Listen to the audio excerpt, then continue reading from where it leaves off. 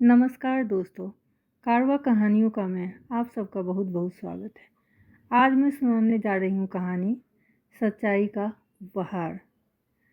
मुंशी भवानी सहाय बड़ाऊं गांव के मदरसे में प्रथम अध्यापक थे। उन्हें बागवानी का कुछ अधिक ही शौक था। क्यारियों में विभिन्न प्रकार के फूल लगा रखे थे। तरह तरह की लताएं थी जिनसे मदरसे की शोभा कई गुना बढ़ जाती थी। मिडिल कक्षा के विद्यार्थियों का सहयोग वह साफ सफाई, गुड़ाई, सिंचाई के लिए लिया करते थे। बच्चों की शिक्षा का यह उत्तम तरीका था। उन्हीं विद्यार्थियों में 4-5 विद्यार्थी जमींदार के थे। बागवानी का मनोरंजक कार्य भी उन्हें बेकार प्रतीत होता था। अमीरी के झूठे अभिमान के कारण हाथ से काम करना उनके लिए निंदनीय था। जब उनके काम करने की बारी आती तो कोई न कोई बहाना तैयार रहता था। दूसरे विद्यार्थियों को भी बहकाया करते थे। कहते, पढ़े फारसी, बेचे तेल। यदि खुरपी कुदाल ही करना था तो मदरसा आने की क्या आवश्यकता। पढ़ने आते थे, मजदूरी करने नहीं। मुंशी जी के द्वारा दिया गया दंड उनका द्वेष और बढ़ा देता था। अंततः एक दिन उन सब ने सलाह करके पुष्प वाटिका के विध्वंस का निश्चय किया। 10 बजे मदरसा लगता था। 8 बजे प्रातः ही सबों ने पहुंचकर चुपचाप पुष्प वाटिका उजाड़नी शुरू कर दी। पौधे उखाड़ डाले, पानी की नालियां तोड़ डाली, मेड़े खोद डाली और देखते ही देखते 10 मिनट में ही हरा भरा बाग नष्ट हो गया। धड़कते दिलों से लड़के शीघ्रता से बाहर निकले, लेकिन दरवाजे पर उन्हें अपना सहपाठी बाज बहादुर दिखाई दिया। शरीर से दुबला पतला, स्वभाव से शांत एवं गंभीर पर चतुर लड़का था। उधम पार्टी के लड़के उससे ईर्ष्या करते थे। उसे देखते ही उनका रक्त सूख गया। उसने देखा है तो मुंशी जी से अवश्य शिकायत करेगा। बूढ़े फंसे, आज कुशल नहीं है। यह राक्षस इस समय कैसे आ गया। आपस में इशारा हुआ कि इसे मिला लेना चाहिए। उधम पार्टी के मुखिया जगत सिंह ने आगे बढ़कर उससे पूछा, आज इतने सवेरे कैसे आ गए। हमने तो तुम्हारे गले की फांसी छुड़ा दी। कितना दिन दिक करते थे, यह करो वह करो, मगर यार मुंशी जी से कह मत देना, अन्यथा लेने के देने पड़ जाएंगे। जयराम ने कहा, क्या कह देगा, यह अपना ही तो है। हमने जो किया है सबके भले के लिए किया है। चलो यार, तुम्हारे बाजार की सैर करा दूँ, मुंह मीठा करा दे। बाज बहादुर, नहीं, आज घर पर पाठ याद करने का अवकाश नहीं मिला, यहीं बैठकर पढ़ूंगा। जगत सिंह, अच्छा, मुंशी जी से तो न कहोगे। बाज बहादुर, मैं स्वयं कुछ न कहूँगा, पर उन्होंने मुझसे पूछा तो। जगत सिंह, कह देना मुझे नहीं मालूम। बाज बहादुर, मुझसे यह झूठ न बोला जाएगा। जयराम, अगर तुमने चुगली खाई और हमें मार पड़ी तो हम तुम्हें पीटे बिना न छोड़ेंगे। बाज बहादुर, हमने कह दिया कि चुगली न खाएंगे, पर पूछने पर झूठ भी न बोलेंगे। जयराम, तो हम तुम्हारी हड्डियां भी तोड़ देंगे। बाज बहादुर, इसका तुम्हें अधिकार है। 10 बजे मदरसा लगा। मुंशी भवानी प्रसाद ने बाग की जो दुर्दशा देखी तो आग बबूला हो गए। बाग उजड़ने से अधिक लड़कों की शरारत का दुख था। किसी जानवर ने यह विनाश लीला की होती तो हाथ मलकर रह जाते, पर मानव द्वारा किया गया अत्याचार असहनीय था। कक्षा में गरज कर पूछा, यह बाग किसने उजाड़ा। कमरे में सन्नाटा छा गया।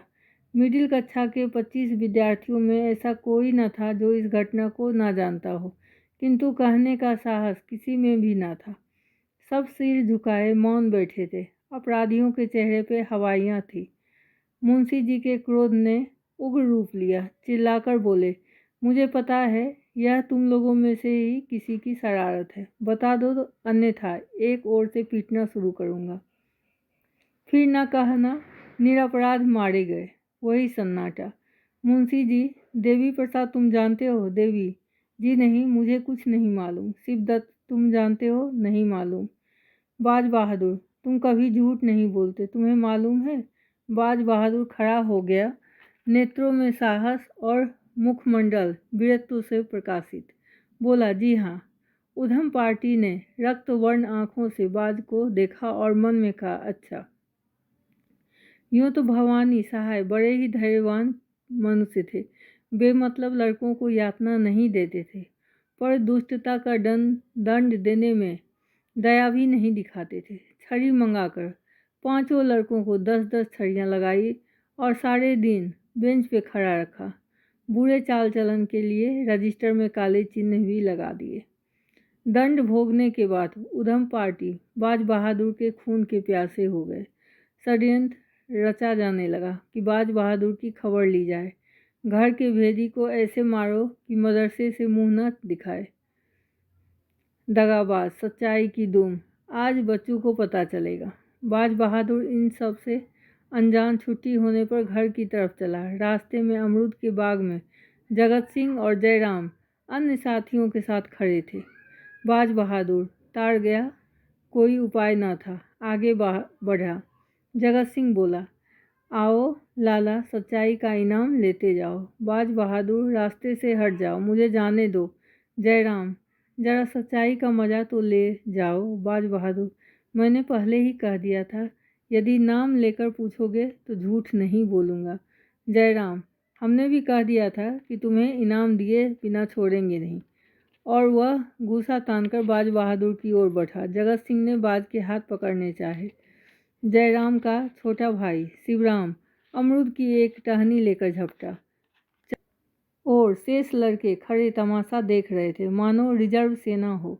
बाज बहादुर ने झपट कर शिवराम से टहनी ले ली और तानते हुए बोला, तुम सच्चाई का इनाम देने वाले कौन हो?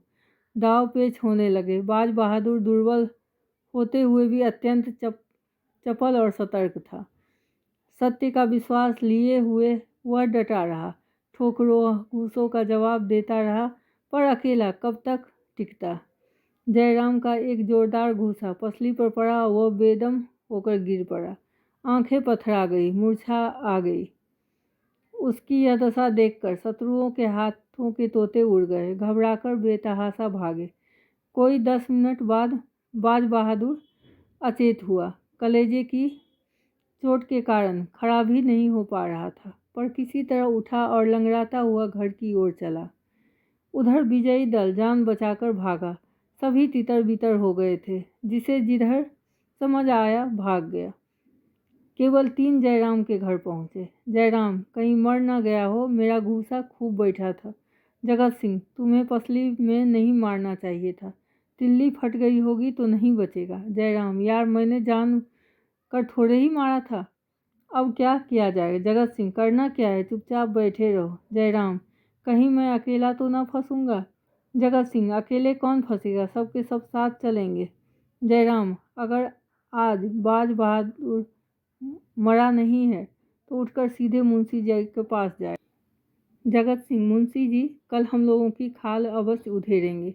जयराम, इसलिए मेरी सलाह है कल से मदरसे जाओ ही नहीं, कोई बहाना करके बैठे रहें। महीने 2 महीने में मामला ठंडा पड़ जाएगा तो देखा जाएगा। शिवराम, और परीक्षा होने वाली है। जयराम, ओहो, इसका तो ख्याल ही नहीं था, मात्र 1 महीना है। जगत सिंह, तुम्हें अब की बार जरूर वजीफा मिलता। जयराम, हाँ, मैंने बहुत परिश्रम किया था। तो फिर? जगत सिंह, कुछ नहीं, तरक्की तो हो ही जाएगी, वजीफे से हाथ धोना पड़ेगा, बाज बहादुर के हाथ लग जाएगा। दूसरे दिन मदरसा लगा। जगत सिंह, जयराम और शिवराम तीनों गायब थे। वली मोहम्मद के पैर में पट्टी बंधी थी। भय से बुरा हाल था। कल के दर्शकगण थरथरा रहे थे कि पोल न खुल जाए और गेहूं के साथ घुन की तरह हम न पीस जाए। बाज बहादुर अपने काम में प्रतिदिन की भांति लगा हुआ था, मानो कुछ हुआ ही नहीं। वह अपने स्वभाव के प्रतिकूल प्रसन्नचित्त दिख रहा था। वह चाहता था कि लोग उसकी ओर से निश्चिंत हो जाएं। उसका यह व्यवहार शत्रुओं को लज्जित करने के लिए काफ़ी था। तीनों अपराधी दूसरे तीसरे दिन भी मदरसा न आए। घर से निकलते पर देहात की ओर जाकर किसी वृक्ष के नीचे बैठ जाते या फिर गुल्ली डंडा खेलते और शाम को घर आ जाते। उन्हें यह विश्वास नहीं होता था कि मदरसा स्वाभाविक रूप से चल रहा है और मुंशी जी किसी को कुछ नहीं कहते हैं। बाज बहादुर शांत रहने वाला नहीं है। उन्हें मदरसा जाने का साहस ही नहीं हो रहा था। चौथे दिन तीनों बैठ विचार कर ही रहे थे कि क्या किया जाए, तभी उन्होंने बाज बहादुर अपनी ओर आता हुआ दिखाई दिया। वे कुछ समझ पाते उससे पहले ही बाज बहादुर ने पास पहुंचकर कहा, तुम लोग मदरसा क्यों नहीं आ रहे हो? जगत सिंह, मदरसा क्या जाए, जान पर पड़ी है। मुंशी जी एक भी हड्डी न छोड़ेंगे। बाज बहादुर, क्यों? वो वली मोहम्मद, दुर्गा सभी तो आते हैं। मुंशी जी ने किसी से कुछ नहीं कहा। जयराम, तुमने उन्हें छोड़ दिया होगा, पर हमें क्यों छोड़ने लगे? नमक मिर्च लगाकर कहा होगा। बाज बहादुर, आज मदरसा चलकर इसकी परीक्षा कर लो। जगत सिंह, तो यह झांसा पिटवाने की चाल है। बाज बहादुर, मैं कहीं भागा तो नहीं जाता। उस दिन सच्चाई की सजा थी, आज झूठ का इनाम देना। जयराम, सच कहते हो, तुमने शिकायत नहीं की? बाज बहादुर, शिकायत की कौन सी बात थी? तुमने मुझे मारा, मैंने तुम्हें मारा, तुम्हारा गुस्सा भारी पड़ा। आपस के झगड़ों की शिकायत करना मेरी आदत नहीं। यह कहकर बाज बहादुर चला गया। तीनों उसकी बातों पर काफ़ी देर तक मंथन करते रहे और अंत में निश्चय हुआ कि कल चलना चाहिए। नियत समय पर मदरसा पहुँचे। मुंशी जी आए। लड़कों ने खड़े होकर स्वागत किया। इन पर उन्होंने तीव्र दृष्टि डाली और कहा 3 दिनों से गैर हाजिर हो।